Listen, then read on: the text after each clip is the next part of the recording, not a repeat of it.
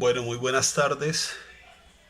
Un saludo muy especial a el equipo directivo, administrativo y organizador de este encuentro y jornada de investigación de la Universidad Interamericana de Educación a Distancia de Panamá. Me place realmente poder estar en este espacio y compartir esta conferencia relacionada con un tema bien importante concerniente a los indicadores de desempeño de calidad educativa en Colombia, cobertura versus calidad. Es un tema que llama mucho la atención y nos inquieta a nosotros como eh, individuos pertenecientes a este sistema educativo en relación a afrontar estos retos y poder de alguna manera equiparar y equilibrar un poco estas dos tipos de variables relacionadas con los indicadores de calidad educativa en nuestro país, en Colombia. Les agradezco nuevamente este espacio y espero sea de su complacencia esta conferencia. Bueno, aquí la idea es dentro de este estudio, dentro de este trabajo, es poder evidenciar concretamente y con base ya en estudios anteriores y estadísticas que se han manejado históricamente en relación con los componentes de cobertura y calidad, poder evidenciar que realmente estos indicadores de eficiencia en relación con el sistema educativo en Colombia, pues son de alguna manera difíciles de lograr simultáneamente. Es decir, son dos variables que están directamente relacionadas y que de alguna manera el tratar de buscar o cumplir alguno de estos dos indicadores implica también una desventaja en el cumplimiento de un segundo indicador. Entonces, vamos a revisar esta gráfica de barras eh, en donde la fuente de esta información es el Departamento Administrativo Nacional de Estadística, DANE, que es el que se encarga básicamente de manejar toda esta situación relacionada con eh, eh, valores, símbolos, indicadores que podamos nosotros utilizar para inferir en relación al estudio que pretendemos plantear acá. Entonces, dentro de los indicadores de eficiencias de la calidad educativa en Colombia, cobertura versus calidad, estas dos variables de alguna forma demuestran que no son compatibles entre sí. En este estudio o en estas ideas, en estos resultados, lo que vamos a tratar de evidenciar es el compartir de alguna manera los datos estadísticos de estos dos indicadores y revisar posteriormente cuál es su relación entre ellos, ¿no? Entonces vamos en primera instancia a apoyarnos de este gráfico, eh, número de matriculados y distribución porcentual en modelos educativos flexibles por niveles educativos. Vale la pena aquí resaltar que vamos a tomar como base el año 2019. Es un estudio relativamente reciente. Podemos nosotros en este momento decir que el año 2020 y el año 2021 pues han sido atípicos por, por la problemática a nivel mundial que ha traído la pandemia del COVID-19 y no podemos utilizar esos datos como una estadística general, una estadística normal a lo que nosotros pretendemos hacer en estos indicadores de desempeño. Entonces vamos a trabajar con el año más reciente, que es el año 2019, en donde todavía no estábamos en esta situación pandémica, ¿no? ¿Qué vemos desde el inicio de esta situación en este gráfico? Estamos observando acá los niveles educativos en Colombia. Tenemos acá el nivel de preescolar, el nivel de básica primaria, el nivel de básica secundaria y el nivel de media, ¿no? Entonces en preescolar ubicamos los niños hasta los 5 años de edad. Eh, en básica primaria va desde primero hasta quinto grado, básica secundaria desde sexto a noveno y la media grados décimo y once. ¿Qué podemos observar y qué nos dice las estadísticas en relación con estos modelos educativos? Evidentemente se observa en este gráfico unas brechas grandísimas, impresionantes entre cada uno de estos niveles educativos, ¿no? Vemos que el primer nivel, el del preescolar, no alcanza ni siquiera el 1% de la población total de los escolares, ¿no? 0,6% con 4.849 estudiantes matriculados en el año 2019. Observamos aquí que el nivel de básica primaria está representado casi por el 75% de la población total, una gran diferencia entre preescolar y básica primaria, lo podemos observar acá, en donde se ha notado un crecimiento exorbitante entre estos dos niveles. Podemos nosotros aquí atribuir que en nuestro sistema educativo colombiano, no necesariamente los niños tienen que pasar por la educación preescolar para estar matriculados en primero de primaria, ¿no? Solamente con el hecho de que ellos tengan los 6 años, la edad requerida para cursar el grado primero, inician directamente a, a ser parte del sistema educativo, básicamente en este nivel educativo, el de básica primaria. Es decir, un niño que tenga 6 años fácilmente puede saltarse el nivel de preescolar y ubicarse en el nivel de primaria, que generalmente es lo que nos está demostrando esta gráfica, que es lo que está sucediendo actualmente. Es bien diciente estas dos diferencias.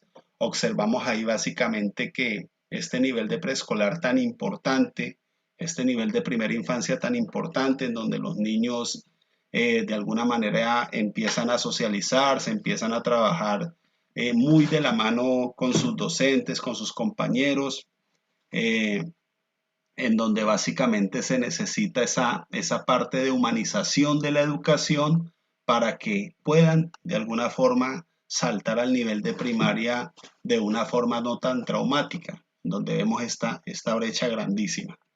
Bien, cuando nos ubicamos en el nivel de primaria y pasamos al nivel de secundaria, observamos también otra brecha, una brecha grandísima también en donde de casi el 75% pasamos a un 21% de los estudiantes acá en secundaria, ¿no? Hay una diferencia muy grande, una diferencia muy grande. Aquí están los estudiantes ubicados del grado sexto hasta el grado noveno.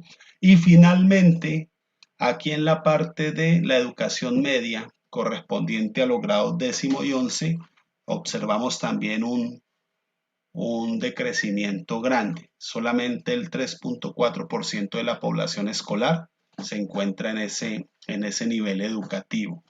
Aquí, como en los extremos, como en el nivel de preescolar y en el nivel de media, observamos que básicamente los estudiantes que pasan de secundaria al nivel de media, pues no son todos, ¿no? Y generalmente cuando un estudiante termina su ciclo de educación básica, eh, quedan de alguna manera avalados para cursar algún tipo de carrera técnica.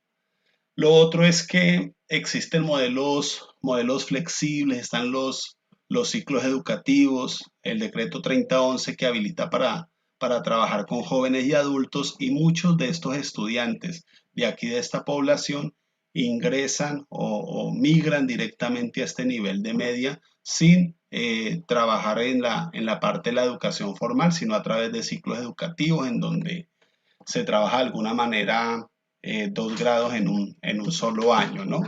Entonces, esta gráfica básicamente muestra todas las diferencias y todas las brechas en relación a la cobertura educativa que están en cada uno de estos niveles de educación acá en nuestro país. Importante tenerlo muy en cuenta para que nosotros empecemos con este indicador de desempeño, revisando que empezamos con estas brechas de inequidad, ¿no? Lo ideal sería que prácticamente toda la distribución de estos niveles educativos fuera equitativa, de alguna manera un poco más homogénea que como se está mostrando en este momento. Aquí ya hay algo para estudiar, algo para revisar en relación con la cobertura educativa, ¿no? Bien, vamos a revisar ahorita básicamente lo que tiene que ver con un dato correspondiente al, al indicador de desempeño calidad educativa. Bueno, nosotros debemos entender muy bien que de alguna forma el único indicador de desempeño que tenemos en Colombia para nosotros poder de alguna forma revisar y de alguna forma mirar, conceptuar lo que tiene que ver con la calidad educativa en Colombia son las pruebas estandarizadas de grado 11, pruebas saber, grado 11. Esas pruebas saber implícitamente ubican a los establecimientos educativos en un determinado ranking. Entonces, así de pronto no estemos de acuerdo con este único indicador de desempeño de calidad, es el que existe actualmente y de alguna manera se internacionaliza también a través de las pruebas PISA, ¿no? Entonces, generalmente los resultados de las pruebas estandarizadas a nivel interno, a nivel de Colombia, reflejan los resultados también en las pruebas a nivel internacional. Es bien importante entender esto, ¿no? Esta fuente, este gráfico que tenemos acá, esta campana de Gauss, en donde podemos ver el promedio en estos resultados de las pruebas saber, particularmente para el año 2019, y la misma desviación estándar que tiene que ver con el grado de homogeneización de esos grupos, nos dan luces para entender que existen también algún tipo de deficiencias en los resultados obtenidos. Eso corresponde al año 2019, en donde el promedio del puntaje global para ese año en Colombia, incluyendo aquí aleatoriamente instituciones educativas oficiales, privadas, rurales, urbanas, no alcanza ni siquiera a llegar a la media nacional. Los puntajes en las pruebas Saber 11 desde el año 2014 varían desde 0 hasta 500. Nosotros esperaríamos encontrar un puntaje aceptable aprobatorio con 250 puntos acá, lo cual desafortunadamente no alcanzamos. Aquí hay 238 puntos, muy por debajo de los 250 y una desviación estándar grande correspondiente a 22, que tiene que ver con el grado de dispersión de los puntajes que han obtenido la mayoría de los estudiantes que han presentado estas pruebas saber, que son estudiantes de grado 11. Bueno, ¿qué observamos? Observamos acá que ya hablábamos, el puntaje promedio global correspondía a 238 puntos. 238 puntos con una desviación estándar de 22, ¿no? Concentramos la mayoría de la población, el 68% de estos estudiantes, dentro de este puntaje. 238 más 22 o 238 menos 22, que es la desviación estándar. Es realmente una situación preocupante, no alcanzamos la media a nivel nacional y de alguna forma esta desviación estándar correspondiente a 22, que en escenarios óptimos tendrían que ser muy cercana a cero, es decir, en donde se pudiera de alguna manera homogenizar el grupo y por lo menos entender que casi todos los estudiantes o la mayoría de los estudiantes o la mayoría de la población escolar se encuentra básicamente aglomerada, homogenizada, de tal forma que no hayan puntajes tan diferentes entre un estudiante y otro, tampoco se logra, ¿no? Más acá, cuando tenemos nosotros una desviación estándar mayor, dos desviaciones estándar correspondiente a 44, en donde el puntaje promedio se le resta a dos desviaciones estándar, ¿cierto? 238 menos 44 y acá 238 más 44. Entonces tendríamos estos puntajes: 194, 216, 238 y aquí en esta población, que es aproximadamente del 15%, 12, 15%, es donde empiezan a ubicarse en los puntajes aprobatorios, por encima de los 250 puntos. Es una población bastante reducida, en donde estamos observando que este indicador de calidad, pues desafortunadamente tampoco es el más diciente, y de alguna manera esto conlleva a que los resultados en las pruebas PISA, desde que Colombia hizo parte de la OCDE, pues no sean los mejores. Incluso estamos en los últimos lugares a nivel mundial. Es esto lo que nos indica este mismo análisis, este mismo estudio que hace el ICFES en el año 2019 con respecto a estos puntajes que hemos obtenido acá.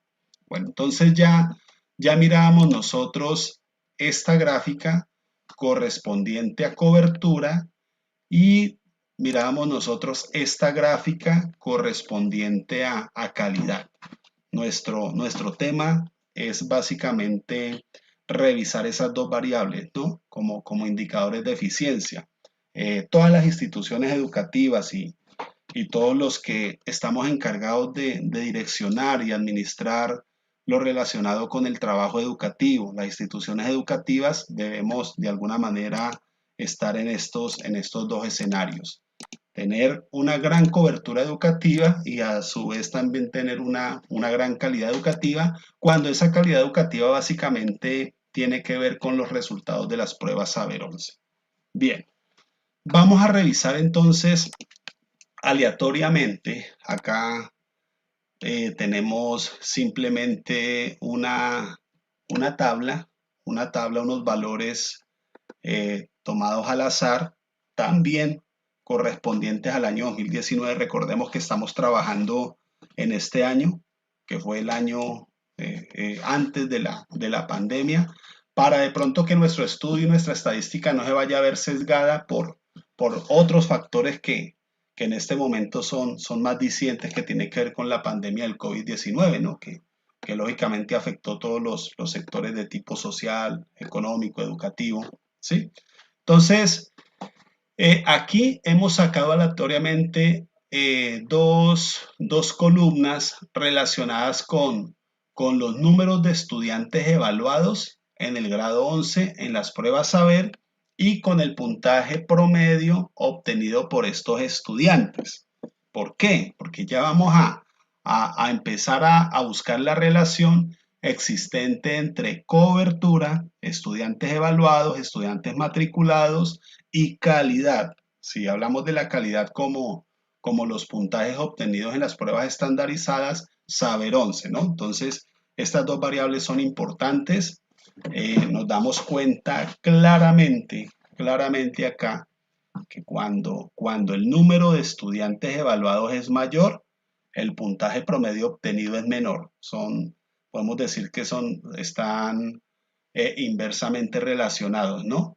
A mayor cantidad de estudiantes evaluados, o sea, a mayor cobertura, menor calidad, salvo algunos casos excepcionales y de pronto algunas situaciones particulares de entrenamiento y de trabajo específico que básicamente se centra en las instituciones educativas de tipo privado, ¿no? De carácter privado.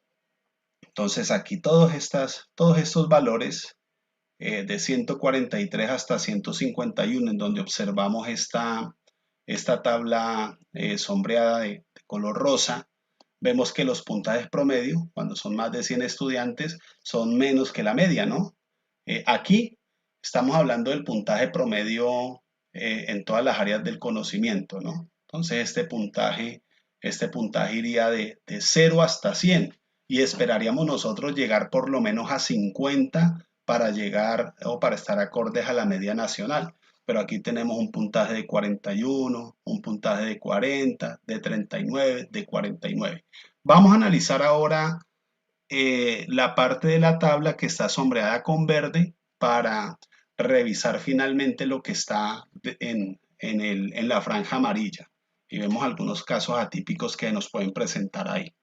Entonces, ya en esta parte de la tabla verde, observamos que todos estos estudiantes que están siendo evaluados, pues son menos de 50, ¿no? 40, 37, 44, 25, 34, 35, y todos los puntajes, absolutamente todos los puntajes, están por encima de la media. 51, 52, 58, 60, 61, 59. Entonces, tanto esta franja rosa como esta franja verde nos ayuda a concluir en nuestro estudio que a mayor cantidad de estudiantes evaluados, los puntajes tienden a ser menores, ¿no? Es una relación inversa. Analicemos esta franja amarilla. Esta franja amarilla corresponde básicamente a casos atípicos, ¿no? Aquí tenemos un promedio aceptable de 50 puntos cuando la cantidad de estudiantes evaluados fue 144. Tenemos un puntaje de 47 puntos por debajo de los 50 en este ítem de 61 estudiantes evaluados, que lógicamente son menos que 100, y este también de 82 con 42, con 82 estudiantes evaluados con 42 en puntaje promedio. Entonces, nos estamos dando cuenta que estas dos variables son inversas, ¿no? Profundicemos un poco más y tratemos de llevar esta tabla a una gráfica lineal. Si observamos aquí esta gráfica lineal, en donde está el número de estudiantes evaluados, aquí sobre el eje de la Y, en función de los puntajes promedios, está sobre el eje de las X, vemos puntos de inflexión, ¿no? Aquí, esta parte, subimos, bajamos, bajamos, subimos. Hay cierta irregularidad entre los puntajes y la cantidad de estudiantes evaluados, pero en términos generales vemos que es una curva decreciente, va disminuyendo. Si nosotros trazáramos una línea recta acá, que de alguna manera significara o generalizara esta gráfica que tiene sus puntos de inflexión, podemos ver que es una línea recta de pendiente negativa, ¿no? Es decir, se va también disminuyendo, se va disminuyendo el puntaje a medida que la cantidad de estudiantes va aumentando. Cuando tenemos acá más de 140 estudiantes, tenemos un promedio de 41. Cuando tenemos menos de 140, unos 138 estudiantes más o menos, acá tenemos un promedio de 40. Aquí es donde hay algunos baches de algunos casos atípicos, pero volvemos y regularizamos acá. Entonces, por ejemplo, este caso, mire, un puntaje de 59 para una cantidad de estudiantes evaluados de 39 aproximadamente. Y el puntaje más alto para estos datos aleatorios que nosotros de alguna manera buscamos acá, nos damos cuenta que básicamente lo que obtuvimos aquí fue lo relacionado con esta parte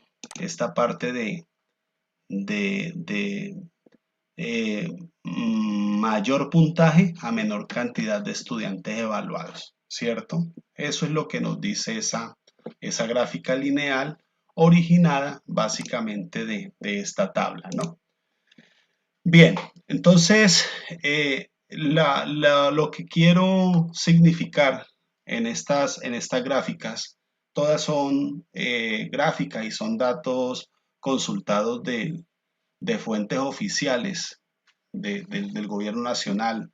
Una tiene que ver la de cobertura con fuente del DANE y la otra que tiene que ver con la parte de calidad, que es fuente del ICFES. Observamos básicamente eso, ¿no? Entonces, en esos indicadores de desempeño de calidad educativa, cobertura versus calidad, pues básicamente no se pueden cumplir simultáneamente.